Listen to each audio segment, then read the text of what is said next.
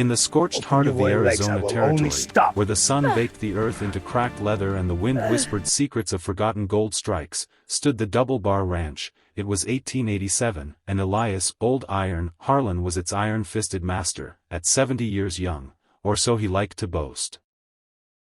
Elias had outlived 2 wives, 3 stampedes, and a Comanche raid that left half the territory in graves. His face was a roadmap of wrinkles, etched by decades under the relentless sky, and his beard hung like Spanish moss from a live oak, but his eyes were sharp as a rattler's fong, and his .44 Colt still quicker than most men's draw. Elias had built the ranch from nothing after the war between the states, turning scrubland into a cattle empire that stretched from the Gila River to the Superstition Mountains. He had no heirs, no sons to carry the brand. His first wife died in childbirth, taking the babe with her. The second ran off with a gambler from Tombstone. Loneliness gnawed at him like a coyote on bones. But pride kept him solitary, until the day the giant bride arrived. It started with a letter, yellowed and creased, delivered by a dusty writer from the matrimonial agency in Kansas City. Elias had placed the ad on a whim, half-drunk on rotgut whiskey after a cattle drive.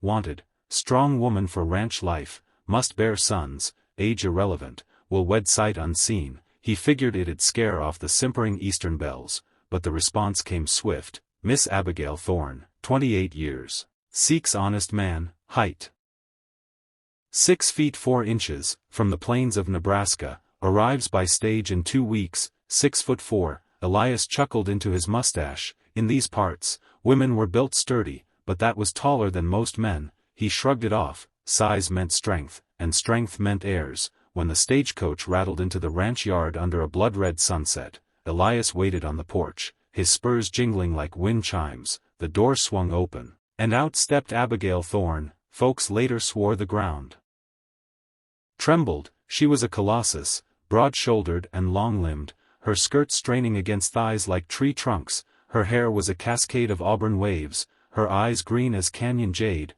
and her face, Lord Almighty, beautiful in a fierce, untamed way. She towered over the driver, who looked like a child beside her. Elias's jaw went slack. At 5'10" in his boots, he barely reached her chin. Mr. Harlan. Her voice was deep, resonant, like thunder rolling over the mesas. Elias, he managed, tipping his hat.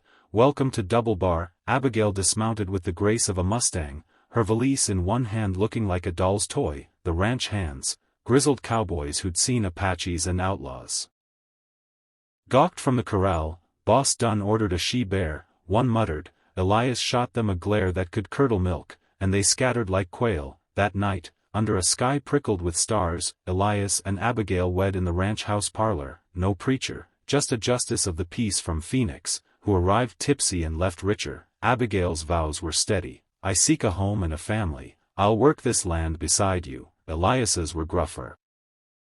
You'll be my wife, bear my seed, and build this legacy. As the ink dried on the certificate, Elias felt a fire in his veins he hadn't known since youth, but doubt flickered too.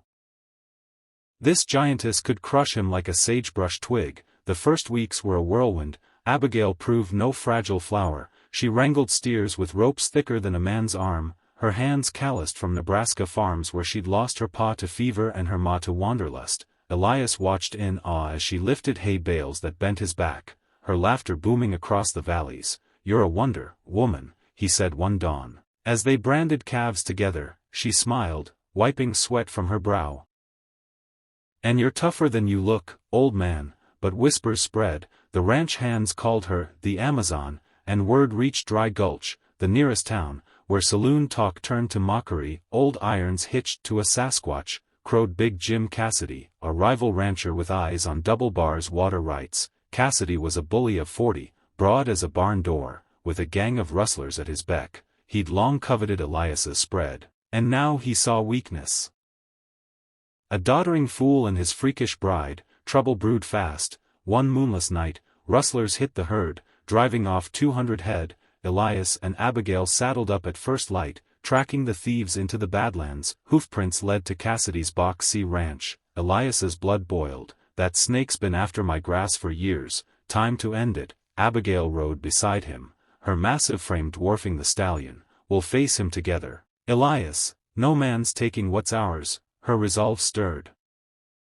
Something primal in him, for the first time in decades, he didn't feel old. They confronted Cassidy at high noon in Dry Gulch's main street, dust devils swirling like omens, townsfolk lined the boardwalks, bets flying in the saloon. Cassidy sneered from his porch, toothpick dangling. "Harlan, you old coot, Marine, a giant don't make you king, those cows, finders keepers." Elias's hand hovered near his colt, returned M. "Or I'll plant you 6 feet under." Abigail stepped forward, her shadow engulfing Cassidy. The man faltered, eyes widening. What in tarnation? She didn't speak. Instead, she grabbed a water trough, solid oak, weighing hundreds of pounds, and hurled it like a child's ball. It splintered against Cassidy's hitching post, sending his men scrambling. "Next one's your head," she growled. Cassidy's face paled, he backed away, hands up. "Easy, easy, the cows'll be back by sundown." The town erupted in cheers. Elias holstered his gun,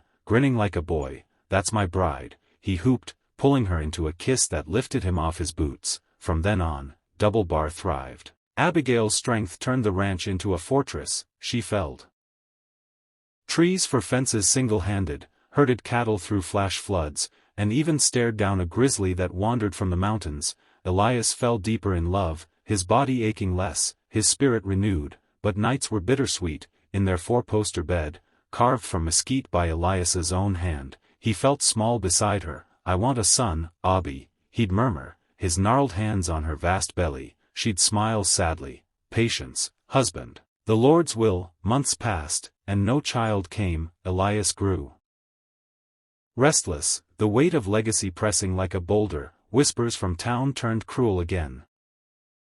Cassidy's men spreading tales that the old man couldn't satisfy his giantess. Elias drowned doubts in whiskey, snapping at hands. One stormy evening, after a cattle sale in Phoenix netted a fortune, he stumbled home reeking of spirits. Abigail met him at the door, concern etching her features. "Elias, what's eating you?" He slumped into a chair, eyes bloodshot. "It's me, woman, I'm too damn old, can't give you what you deserve." A babe in your womb. Tears carved tracks in the dust on his cheeks. Abigail knelt, still towering over him, and cupped his face. "You're the strongest man I know. Age is just dust on the trail." That night, passion ignited like prairie fire. Elias pulled her to the bedroom, his voice rough with need. "Open your legs," he commanded, the words spilling out like a vow. "I will only stop when my child is in your womb." Abigail's eyes widened, but she yielded, her massive form enveloping him. It was fierce, urgent. A clash of wills and bodies that shook the rafters. Elias poured every ounce of his 70 years into it, whispering promises of empires and bloodlines. Abigail gasped, her strength matching his fire, until dawn broke and they lay spent, tangled in sweat-soaked sheets. But fate twisted cruel. Days later, riders brought grim news. Cassidy had ambushed the herd again, this time slaughtering stragglers and poisoning the well. Worse, scouts reported Apache raiders, renegades from the San Carlos Reservation, stirring in the hills. Drawn by the unrest, Elias rallied his men, but Abigail insisted on joining. "This is my home now too." The showdown came at Devil's Pass, a narrow canyon where echoes mocked the living. Cassidy's gang waited, 20 strong, rifles glinting. Behind them, Apache braves on painted ponies, led by a scarred warrior named Red Knife, who sought revenge for old grudges. Elias and Abigail crested the ridge. Their posse of 10 ranch hands fanned out. "Harlan," Cassidy bellowed, his voice echoing, "your giant whore won't save you this time." Abigail's face hardened, she spurred her horse forward, a Winchester in her grip.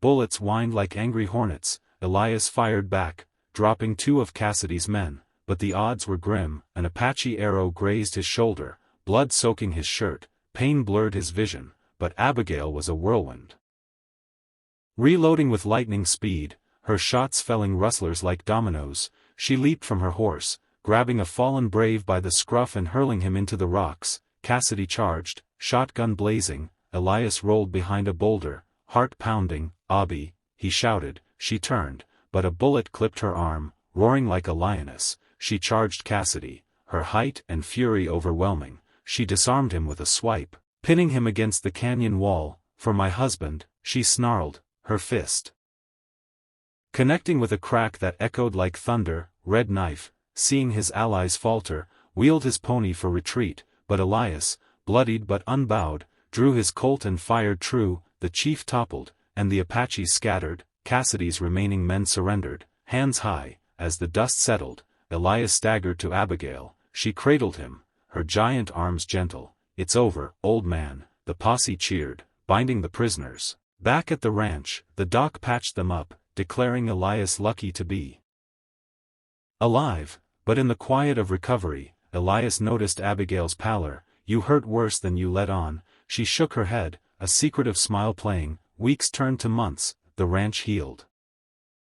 New wells dug, herds replenished. Cassidy swung from a noose in Dry Gulch, his gang scattered. Elias's wound mended, but his spirit soared when Abigail's belly began to swell. One crisp autumn morning, as golden aspens dotted the hills, she confirmed it. "Your child, Elias, growing strong inside me," he whooped, lifting her hand to his lips. "By God, woman, you did it, our legacy." The birth came under a full moon. The ranch house alive with tension. The doc arrived with a midwife from town.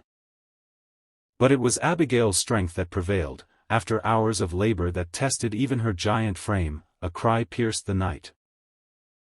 A boy, robust and red-faced, with Elias's fierce eyes and Abigail's unyielding grip. They named him Harlan Thorn. Harlan, a bridge between worlds. Elias held his son, tears streaming. "I stopped only when my child was in your womb, just as I promised." Abigail laughed, pulling them close. "And look what we built, old rancher." Years blurred like river water. Little Harlan grew into a strapping lad, riding before he walked. Herding calves by 10, the double bar expanded, swallowing Cassidy's old spread. Elias, pushing 80, handed the reins to his son but stayed on as advisor, his tales of rustlers and giants entertaining grandkids. Abigail, ever the colossus, became legend. Tales of the giant bride who tamed the wild spread from Tucson to Santa Fe. One evening, as the sun dipped behind the superstitions, Elias and Abigail sat on the porch, rocking chairs creaking. "Never thought a 70-year-old rancher could find such fire," he mused. She leaned down, her hand on his, "And I never dreamed a giant like me could find a heart so vast." Their laughter mingled with the coyote howls, a testament to love forged in dust and determination. But the West never sleeps easy. Whispers of a new threat, a railroad baron eyeing the land, stirred. Elias gripped his Colt, eyes twinkling, ready for one more ride. "Abi," she stood, towering as ever, "always, husband, for our child, and the ones to come." And so, the saga of Old Iron and his giant bride continued, an unbreakable brand on the frontier's soul.